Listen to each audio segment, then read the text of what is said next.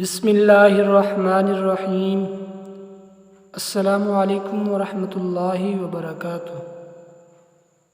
آج کی جو حدیث ہے سبحان اللہ پڑھنے کی فضیلت کے بارے میں ہے۔ سیدنا ابو ہریرہ رضی اللہ تعالی عنہ سے روایت ہے کہ رسول اللہ صلی اللہ علیہ وآلہ وسلم نے فرمایا، جس نے سبحان اللہ وبحمدہ ایک دن میں 100 مرتبہ پڑھا، اس کے تمام گناہ مٹا دیے جائیں گے، اگرچہ اس کے گناہ سمندر کی جھاگ کے برابر ہوں۔ دیکھیے اللہ تعالیٰ کتنا بڑا غفور الرحیم ہے کہ سبحان اللہ وبحمدہ 100 مرتبہ پڑھنے پر انسان کے چاہے جتنے بھی گناہ ہوں، مثال دی ہے کہ سمندر کی جھاگ کے برابر ہوں، معاف کر دیے جاتے ہیں۔ یہ حدیث صحیح بخاری کی حدیث ہے۔